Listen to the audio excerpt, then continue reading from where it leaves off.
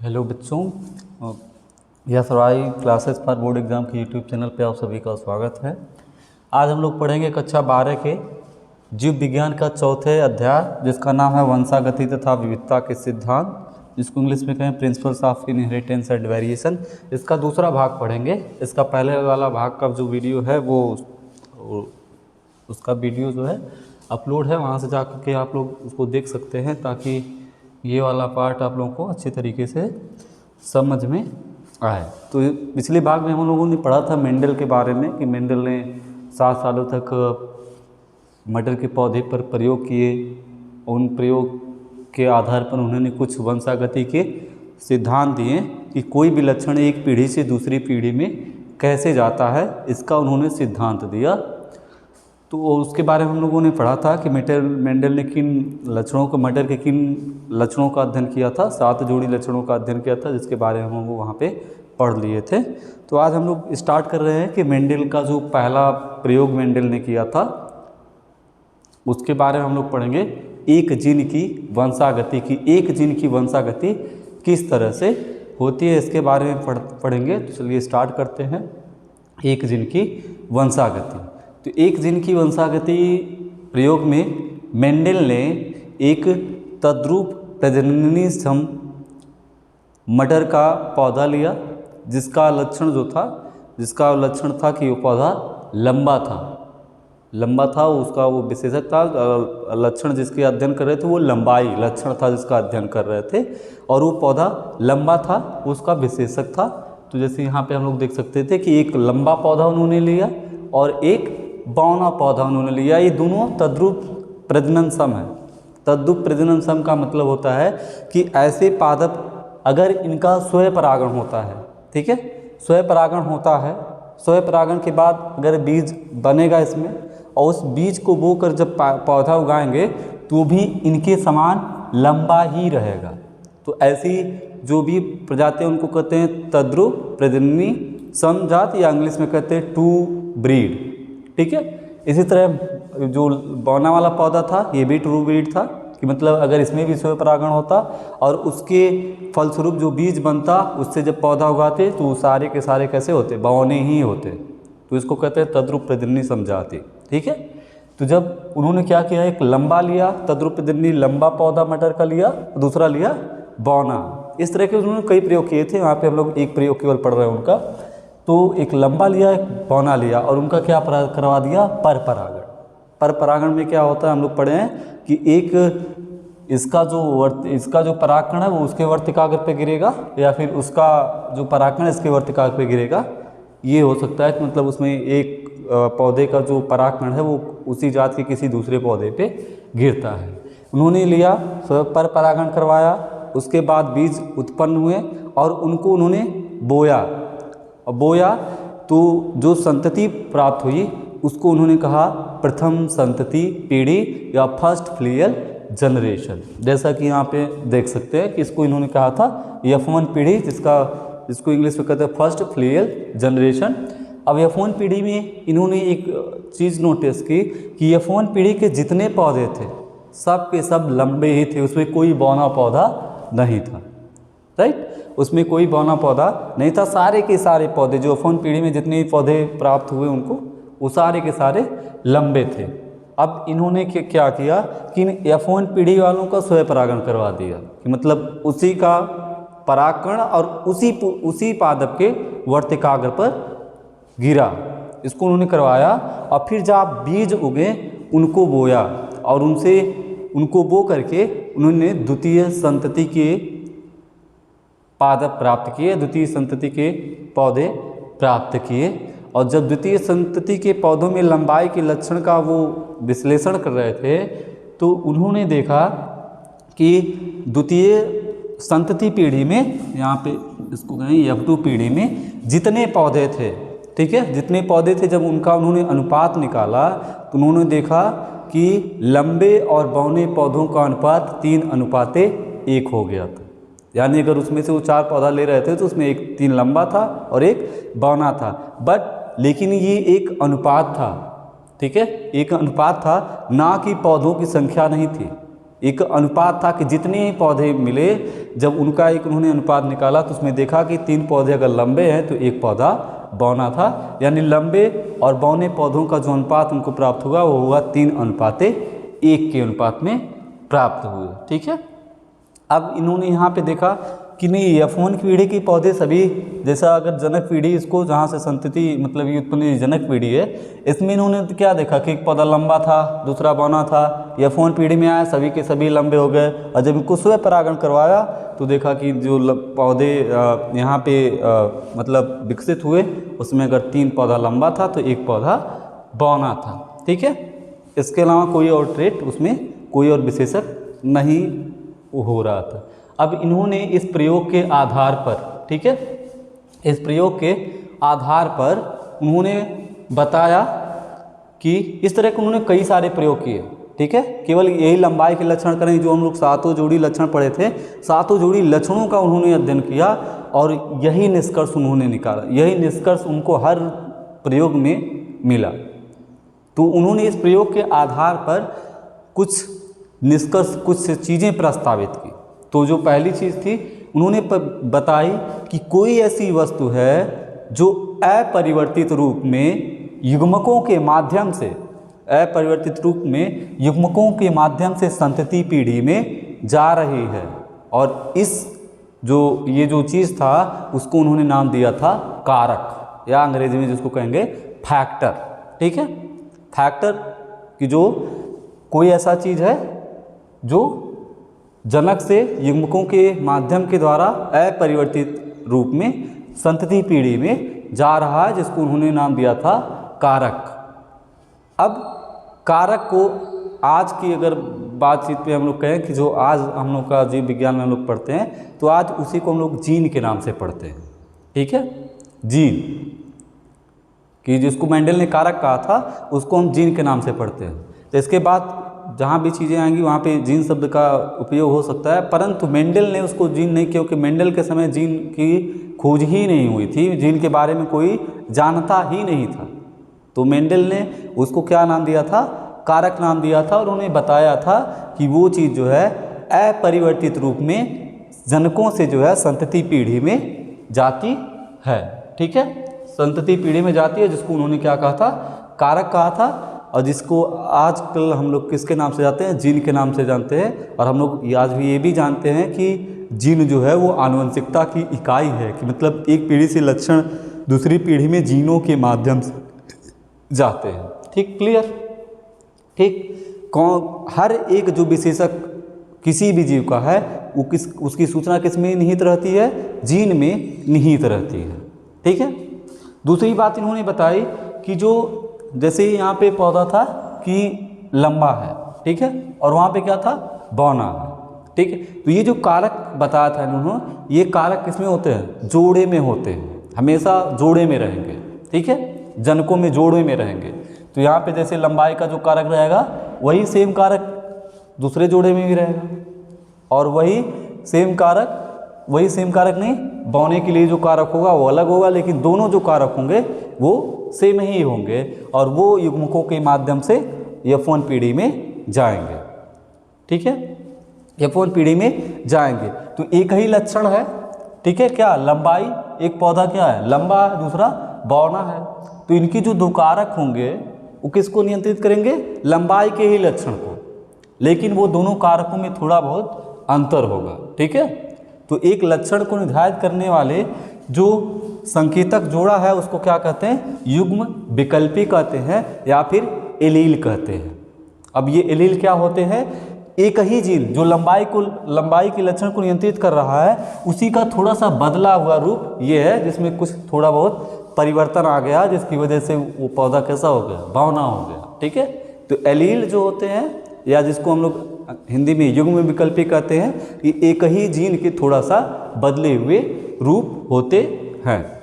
इसके साथ साथ इन्होंने ये भी बताया कि जो तद्रूप प्रजननी समजाति है, यानी ये तद्रूप प्रजननी समजाति है, उसमें जो कारक है, ठीक है, लंबाई को नियंत्रित करने वाला जो कारक है वो एक जैसा होगा। यानी अगर लंबाई में इसमें जो कारक होगा लंबाई को नियंत्रित करने वाला, मतलब जोड़े में रहेंगे, और जोड़े में जो दोनों कारक रहेंगे वो दोनों इसमें भी सेम रहेंगे और वो दोनों इसका जो भी रहेगा वो भी सेम रहेंगे। ठीक है, अब इसको हम लोग थोड़ा सांकेतिक भाषा में समझते हैं कि यदि हम मान लें कि जो भी लंबाई का कारक है उसको हम लोग कोई एक अक्षर से देते, ठीक है, तो जैसे लंबा को इंग्लिश में कहते हैं क्या, टाल, तो टाल, तो इसको हम लोग क्या कहते हैं, कैपिटल टी। क्या कहते हैं, कैपिटल टी। तो इसके साथ चूंकि ये जोड़े में होते हैं तो यहाँ पर भी रहेगा कैपिटल टी। ठीक है, और यहाँ पे चूंकि इसका दूसरा रूप है तो इसको हम लोग लिख दें स्मॉल टी। ठीक है, अब यहाँ से युग्मक में क्या आया, एक टी यहाँ से आया, एक स्मॉल टी आया यहाँ पे, तो यहाँ पे हो गया कैपिटल टी और small T, same to same, क्योंकि पादप वही है तो सेम टू सेम उसका भी हो जाएगा वही। ठीक है, अब जो इस पीढ़ी में गया उसको हम लोग अभी आगे देखते हैं कि क्यों ऐसे लंबे हुए, क्यों बौने हुए। ठीक है, तो ये जो जैसे ऊंचाई के लक्षण में जो लंबे के लिए टी और बौने के लिए टी का प्रयोग किया जाता है जनरली, और टी एक दूसरे के क्या है, युग्म विकल्पी है। जो कैपिटल टी है और जो स्मॉल टी है ये एक दूसरे की युग्म विकल्पी है, यानी दोनों जीन तो एक ही है, लेकिन ये वाला जो है वो थोड़ा इसका वाले का थोड़ा सा परिवर्तित रूप है, थोड़ा उसमें परिवर्तन आ गया है। ठीक है, और मेंडल ने ये भी बताया कि जो तद्रुप प्रजननी सम मटर की लंबी या बौनी प्रजाति में एलील का जोड़ा समयुग्मजी होगा। समयुग्मजी का मतलब सेम होगा, जैसे यहाँ पे लिखा हुआ है कैपिटल टी और इसका होगा स्मॉल टी या स्मॉल टी। ठीक है, अब क्या होगा कि जो ये कारकों का बनावट है स्मॉल टी कैपिटल या कैपिटल टी, इसको कहते हैं जीन प्रारूप। क्या कहते हैं, जीन प्रारूप। और ये पौधा किस तरह से दिख रहा है, लंबा दिख रहा है कि बौना दिख रहा है, इसको कहते हैं दृश्य प्रारूप, या अंग्रेजी में इसको कहते हैं फिनोटाइप। ठीक है, फिनोटाइप या जो जीनी प्रारूप है उसको कहते हैं इंग्लिश में जीनोटाइप। ठीक है, कि जो लक्षण बाहर से दिख रहा है वो हो गया फिनोटाइप, और जो उसका कारकों का जो बनावट है, जो जोड़े में जो कारक है वो किस तरह के है, ठीक है, वो हो गया उसका जीनोटाइप। ठीक है, अब यहाँ पे हम लोग देखेंगे कि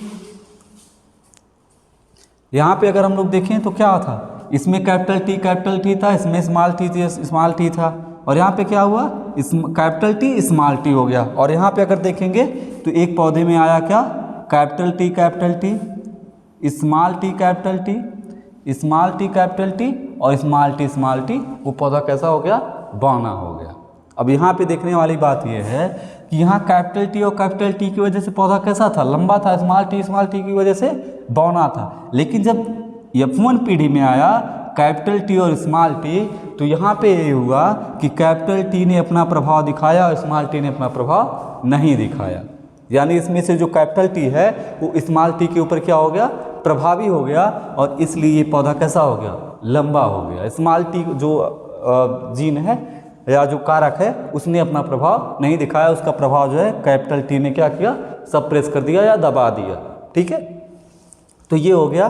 तो अगर इस तरह से हम लोग F2 पीढ़ी में क्या, अगर हम लोग जीन प्रारूप या जीन प्रारूप या दृश्य प्रारूप देखें तो क्या हो सकता है कि दृश्य प्रारूप अनुपात क्या था, 3 पौधे लंबे थे और 1 पौधा बौना था। और अगर इसका कहीं जीन प्रारूप हम लोग देखें तो वो हो जाएगा क्या कि एक पौधे का जीन क्या सा था, टी, 2 का क्या था, कैपिटल टी स्मॉल टी इन दोनों का, और तीसरे वाले का क्या था, स्मॉल टी।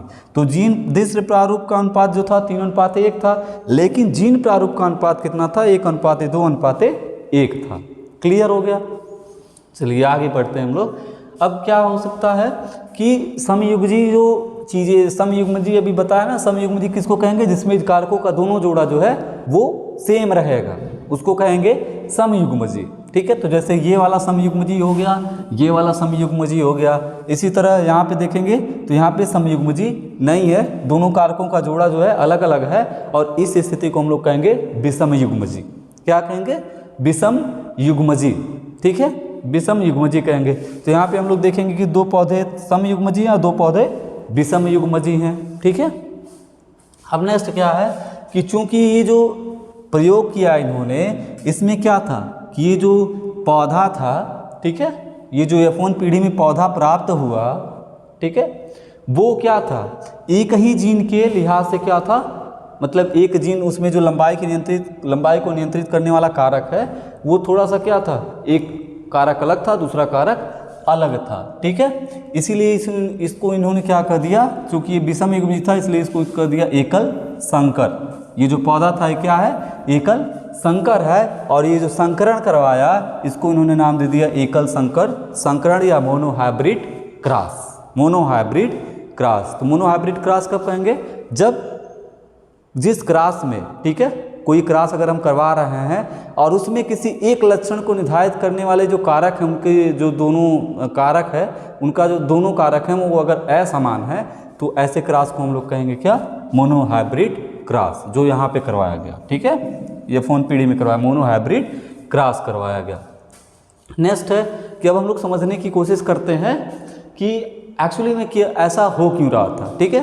तो जैसा कि हमने बताया कि जो लंबे वाले पौधे उसमें कारक क्या था, कैपिटल टी, जो स्मॉल वाला था उसमें क्या कारक था, स्मॉल टी। जब इसमें युग्मक बने तो क्या हुआ, युग्मक बनते समय क्या हुआ, एक कारकों का तो दोनों जोड़ा था, कारक जोड़े में था, वो अलग अलग हो गया, यानी एक युग्मक में गया कैपिटल टी और दूसरे युग्मक में भी गया capital T. Same to same इसमें भी वही हुआ, क्या हुआ कि एक युग्मक में गया स्मॉल टी और एक युग्मक में गया स्मॉल टी। युग्मकों का निर्माण किस तरह, कौन से विभाजन से हुआ, अर्धसूत्री विभाजन में। अर्धसूत्री विभाजन कैसा विभाजन होता है, जिसमें गुणसूत्रों की संख्या जस्ट हाफ हो जाती है, ठीक है, तो ये अर्धसूत्री विभाजन से ये बने। अब इसमें क्या हुआ कि ये दोनों युग्मक, ये युग्मक या तो इसको निषेचित कर दे या ये युग्मक इसको निषेचित कर दे, ठीक है, यानी ये इस युग्मक के द्वारा, ठीक है, निषेचित होने की संभावना कितनी है, 50%। कैसे कि यहाँ पे दो चांसेस हैं टोटल, या तो ये करे या तो ये करे, ठीक है। और प्रायिकता हम जब निकालते हैं तो क्या, प्रायिकता इज इक्वल टू जो घटना हम लोग चाह रहे हैं उसकी संख्या कितनी है बटे कुल घटनाएं जो संभावित हैं वो कितनी है। तो कुल घटनाएं दो ही हो सकती हैं, या तो ये इसको निषेधित करे या तो ये। तो हम क्या कर रहे हैं कि ये वाला कितना है, तो जाएगा 1/2, यानी 50% चांस है कि ये वाला इसके साथ निषेचन करे, 50% चांस है ये वाला इसके साथ निषेचन करे, ठीक है। तो जैसे कि हम लोग यहाँ पे देख सकते हैं कि अब इसमें F1 पीढ़ी में क्या होगा कि या तो ये वाला इसके निषेचित करेगा, राइट, तो यहाँ पे जो जीनोटाइप आएगा वो कैपिटल टी स्मॉल टी, पौधा कैसा होगा, लंबा होगा। दूसरा या तो ये वाला इससे करे तब भी जीनोटाइप क्या आएगा, कैपिटल टी स्मॉल टी, चूँकि कैपिटल टी वाला अपना प्रभाव दिखा रहा है इसलिए ये भी पौधा कैसा होगा, लंबा ही होगा। या फिर ये वाला इससे करे उस समय भी पौधा क्या होगा, लंबा होगा, और ये वाला इससे करे तब भी पौधा क्या होगा, लंबा ही होगा, ठीक है।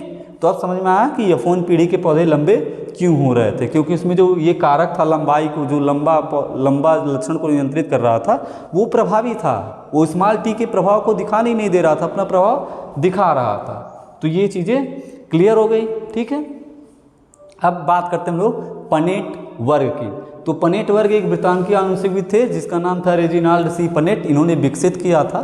और इन्होंने ये जो पनेट वर्ग विकसित किया था वो जो संकरण होता है उसमें, ठीक है, उसमें जो भी संतति आ रही हैं उनकी जीनोटाइप और उनको फिनोटाइप का मतलब कैसे होगा उसका निर्धारण करने के लिए किया था। तो इसको हम लोग देखेंगे अभी। तो एक आरेख आनुवंशिक संकरण प्रयोग में संतति के सभी संभव जितने भी जीनोटाइप हैं उसकी गणना करने के लिए इसे रेजिनाल्ड सी पनेट ने विकसित किया था। अब पनेट वर्ग का उपयोग करके हम लोग जो अभी हम लोग पढ़े हैं एकल संकर संकरण, उसको हम लोग देखते हैं कि मतलब किस तरह से पनेट वर्ग द्वारा जो संतति हैं उसके जीनोटाइप या फिनोटाइप बताए जा सकते हैं। तो जैसे प्रयोग में क्या था कि एक लंबा पौधा था जिसका जीनोटाइप क्या था, कैपिटल टी स्मॉल टी। एक बौना पौधा था जिसका जीनोटाइप क्या था, स्मॉल टी। अब इसमें क्या हुआ, ये पनेट वर्ग है, ठीक है, एक वर्गाकार वो है जिसमें क्या है कि यहाँ पे पहला जो स्तंभ है वो युग्मकों में कौन सा जीनोटाइप है उसके लिए बनाया गया है, ठीक है। यहाँ पे मेल के लिए ये सिंबल प्रयोग करते हैं हम लोग, मेल के लिए, और ये सिंबल फीमेल के लिए। तो चाहे इसको मेल मान ले चाहे इसको फीमेल, कोई फर्क नहीं पड़ता, ठीक है। इसको मेल इसको फीमेल मान ले कोई फर्क नहीं पड़ता, इसको नर मादा मान ले, इसको मादा नर मान ले, कोई दिक्कत नहीं है। अब इसमें क्या होगा कि जब युग्मक बनेगा तो एक युग्मक में कौन सा जाएगा, कैपिटल टी, दूसरे युग्मक में भी क्या आ जाएगा, कैपिटल टी, और इससे जब युग्मक बनेगा तो एक आधे युग्मक में क्या आ जाएगा, कैपिटल टी यानी स्मॉल टी, सॉरी, और दूसरे युग्मक में क्या आ जाएगा, स्मॉल टी। अब यहाँ से हम लोग देखते हैं कि संकरण किस तरह से होगा। तो संकरण, यदि इसका संकरण इससे होता है तो जो जीनोटाइप आएगा वो क्या आएगा, कैपिटल टी स्मॉल टी, और पौधा कैसा होगा, लंबा होगा। अगर इसका इससे होता है तब भी क्या जीनोटाइप आएगा, कैपिटल टी स्मॉल टी, पौधा कैसा होगा, लंबा होगा, राइट, पौधा कैसा होगा, लंबा होगा। अगर इसका इससे होता है तब भी क्या होगा, कैपिटल टी स्मॉल टी, ठीक है।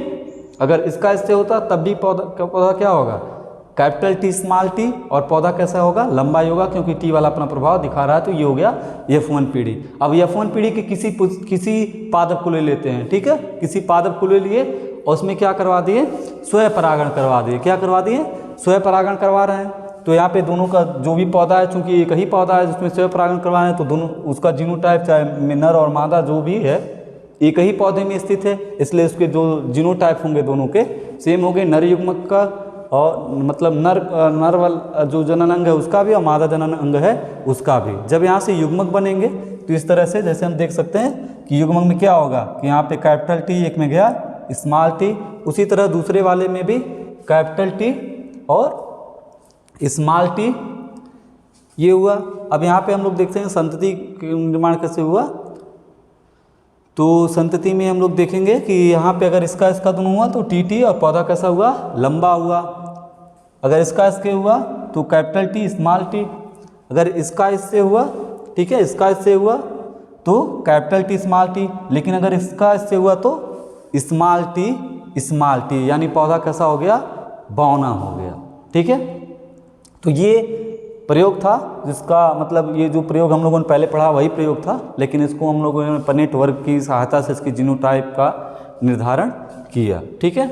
तो ये चीज़ें समझ में आ गई। अब नेक्स्ट चीज़ें हम लोग समझते हैं कि पनेट वर्ग से आसानी से हम लोग देख सकते हैं कि जो यहाँ पे जो निषेचन होता है, अभी युग्मकों का हम लोग पढ़े हैं, वो रैंडमली होता है, कि मतलब उसमें कोई गारंटी नहीं होती कि ये युग्मक उसको निषेचित करे, युग्मक रैंडमली सेलेक्टेड होते हैं या आच्छादित, ठीक है। चांसेस आधा आधा सबके होते हैं, हर एक युग्मक का 50% चांस होता है कि वो दूसरे जो अंड है उसको निषेचित कर दें। तो यहाँ पे अगर आच्छादित निषेचन के परिणाम स्वरूप हम लोग क्या देखेंगे कि यहाँ पे जो जीनोटाइप आएगा टोटल कितने 4 संभव हैं, ठीक है। 4 में से 1/4 क्या है, कैपिटल टी, 1/2 क्या है, कैपिटल टी स्मॉल टी, यानी 2, ठीक है। कितना था, 4 थे, 2/4 यानी 2 कने 2 1 2, यानी 1/2 कैपिटल टी स्मॉल टी और 1/4 स्मॉल टी जीनोटाइप उत्पन्न हुए, ठीक है। अब ये जो अनुपात है टी का फिर इस टी का, इसके अनुपात को हम लोग गणित की द्विनामी पद्धति द्वारा भी इसके जो संतति है उनके जीनोटाइप को हम लोग बता सकते हैं। कि अगर मान लीजिए कभी कि मतलब कोई ऐसा जीवधारी है जिसमें जो युग्मक बन रहे हैं उनमें टी और टी उन जिनधारी युग्मक समान आवृत्ति में रहते हैं, कि मतलब जो युग्मक बने हैं 50% उसमें कैपिटल टी वाले हैं, 50% स्मॉल टी वाले हैं। तो इसको हम लोग द्विनामी पद्धति से विस्तार करके देख सकते हैं किस तरह का मिलेगा। तो ये यहाँ पे जैसे कि हाफ टी, इसका चांस कितना था, हाफ, मतलब आधा युग्मकों में कैपिटल टी गया, आधा युग्मकों में स्मॉल टी गया, उसका स्क्वायर करेंगे तो ये पूरा हम लोग को जो यहाँ पे आया था वो हम लोग को यहाँ पे दिख जाएगा कि संततियों का जो जीनोटाइप है वो किस तरह का होगा, ठीक है। अब क्या है, परीक्षार्थ संकरण या जिसको कहते हैं टेस्ट क्रॉस। तो अभी जो हम लोग प्रयोग कर रहे थे, मान लीजिए कि कभी कोई ऐसा पादप आ गया जिसका जीनोटाइप हमको नहीं पता, ठीक है, हमको उसका जीनोटाइप जो है पता करना है कि कौन सा जीनोटाइप है इस पादप में। तो उसके लिए करवाया जाता है कौन सा संकरण, टेस्ट क्रॉस या परीक्षार्थ संकरण, ठीक है।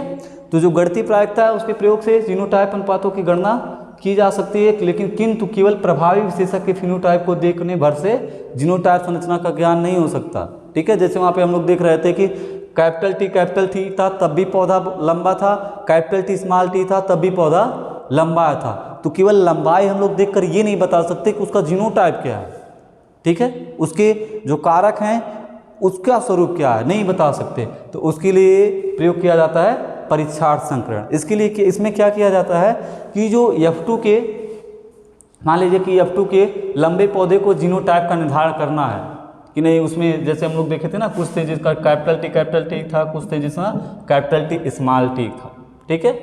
तो उन्होंने क्या किया कि जो F2 के पौधे थे जिनका जीनोटाइप निर्धारित करना है कि कौन सा जीनोटाइप है, उसका संकरण जो जनक संतति में जो बौना पौधा है उससे करा दिया, ठीक है। और इसी को उन्होंने नाम दिया परीक्षार्थ संकरण, ठीक है।